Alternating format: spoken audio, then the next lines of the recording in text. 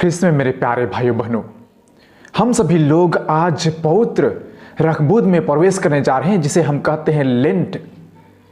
यह रखबूद इसलिए हम कहते हैं कि हम सभी लोग माथे पर राख लगाकर हम परमेश्वर की ओर वापस लौटने के लिए हम आमंत्रित किए जाते हैं। और राख हम अपने माथे पर क्यों लगाते हैं? यह इसलिए हम लगाते हैं कि हमारा धर्म ग्रंथ कहता है, उत्पत्ति के ग्रंथ में अध्याय 2 पर संख्याएं 7 में हम पढ़ते हैं कि परमेश्वर ने धरती की मिट्टी से मनुष्य को गढ़ा और उसने नथनों में प्राण वायु फूंक दी। और उसी शब्दों को हम उत्पत्ति के ग्रंथ में ही अध्याय 3 पर संख्या 19 में पढ़ते हैं, जहां पर परमेश्वर कहते हैं कि पसीना बहाकर अपनी रोटी खाओगे तब तक तुम उस भूमि में नहीं लौटोगे जिससे तुम बनाए गए हो, और क्योंकि तुम मिट्टी के हो और मिट्टी में फिर मिल जाओगे। और इसी शब्दों को पुरोहित इस राख को लगाते समय यही दोहराते हैं कि आप मिट्टी के हो और मिट्टी में आप मिल जाओगे। हम सभी लोग इस धरा पर कुछ ही समय के लिए हैं, हम सभी क्षणभंगुर हैं। हम कुछ दिनों के बाद हम फिर मिट्टी में मिल जाएंगे, और उन्हीं शब्दों को हमें याद दिलाती है कि हम इस धरा पर कुछ क्षण के लिए हैं और हम फिर से इस धरा पर मिल जाएंगे। फिर भी में हम इतने अहंकार जीवन क्यों जीते हैं, इस पर हमें मनन चिंतन करने के लिए परमेश्वर बुलाते हैं। जैसे आज के समय में हम देखते हैं कि सभी पेड़ अपने पत्तों को झाड़ रहा है। अपने जो पुराने पत्ते हैं, जो बूढ़े हो चले हैं, जो पत्ता पीला हो चुका है, फट गया है, उन सभी पत्तों को पेड़ छोड़ देती है, उसे गिरा देती है कि उनसे फिर से नया पत्ता उभर कर आ जाए।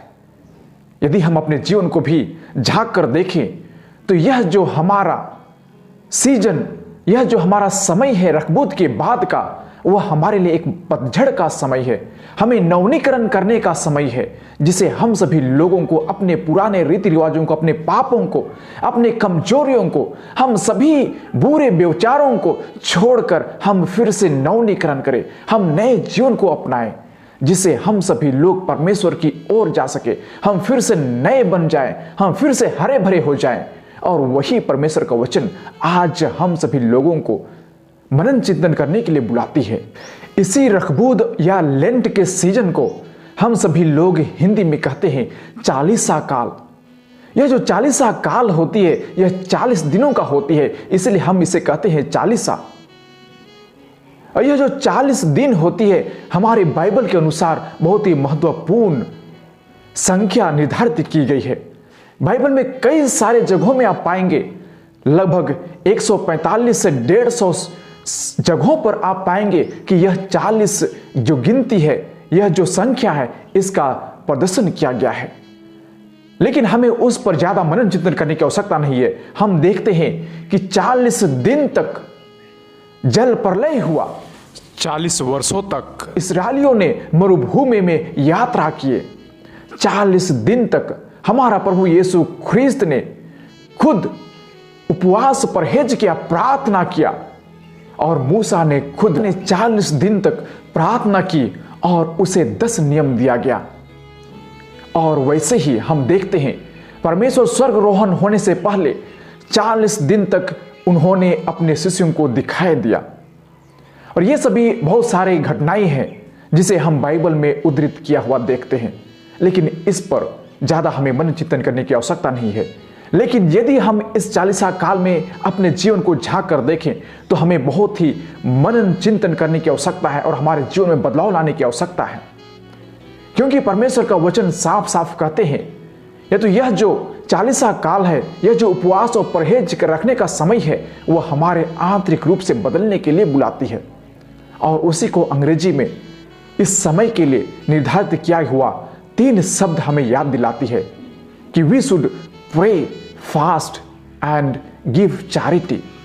मतलब हम सभी लोगों को विशेषकर इस 40 दिनों में प्रार्थना करने की आवश्यकता है। हमें परहेज करना है, उपवास करना है, और हम सभी लोगों को उपवास परहेज के साथ हमें चैरिटी में देना है, हमें लोगों को सहायता करना है।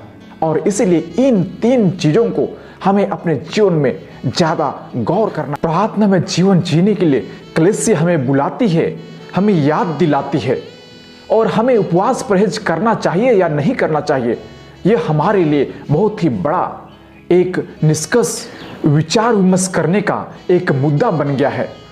आपने कई सारे लोगों से यह सुना होगा या प्रवचन भी सुना होगा कि पुरोहितगण या कोई भाई बहनें कहते हैं कि हमें आज के युग में उपवास करने की आवश्यकता नहीं है। यदि हम प्रार्थना करें, यदि हम दूसरों को सहायता करें, हम दान दें, वही काफ़ी है।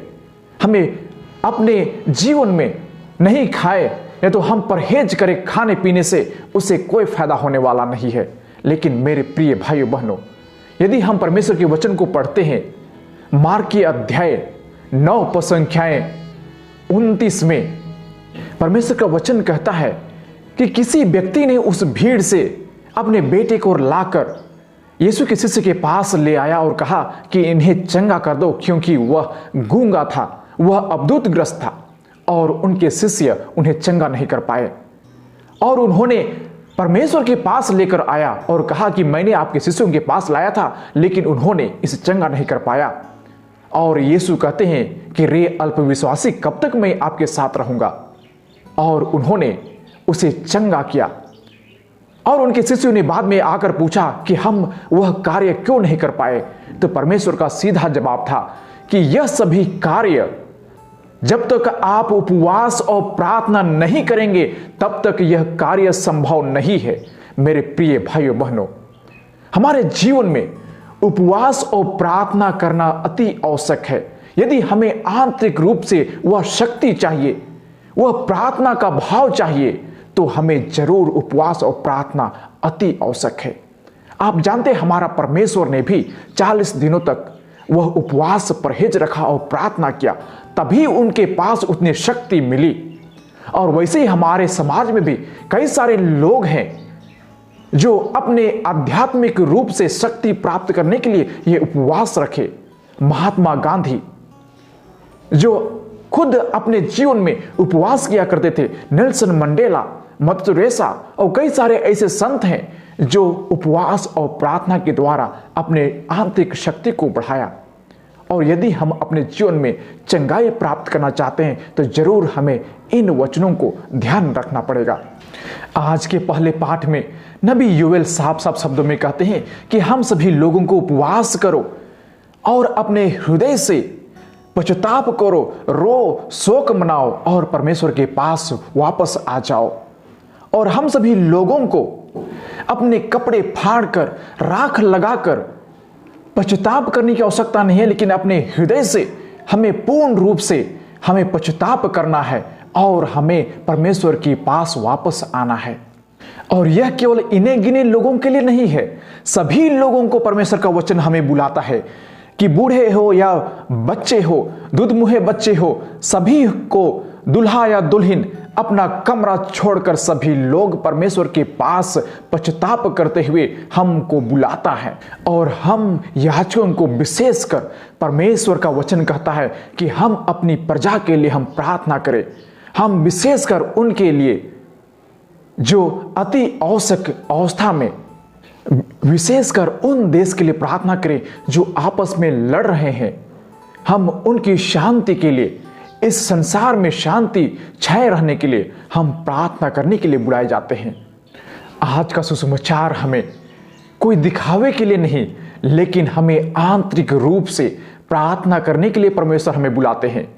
हम अपने मुंह नाक बढ़िया से धो ले, हम तेल लगाएं कि लोगों को पता ना चले कि हम किसी के लिए प्रार्थना कर रहे हैं, हम उपवास कर रहे हैं, लेकिन हम स्वर्ग के पिता अपने हृदय की शुद्धिकरण के लिए, अपने पश्चाताप के लिए हम परमेश्वर के बताए हुए वचनों के अनुसार चलने की कोशिश करें। हम किसी को दिखाने की कोई आवश्यकता नहीं है। आइए हम सभी लोग इस पवित्र काल में हम अपने आप को तैयार करें। हम विशेषकर 3 शब्दों पर हम ध्यान दें कि परमेश्वर का वचन हमें प्रार्थना करने के लिए, उपवास करने के लिए और हमें दूसरों की सहायता, मदद करने के लिए बुलाती है। आइए हम सभी इन वचनों पर मनन चिंतन करें और हम इस 40 काल में हम अच्छे तरह से अपना जीवन व्यतीत करने के लिए प्रार्थना करें।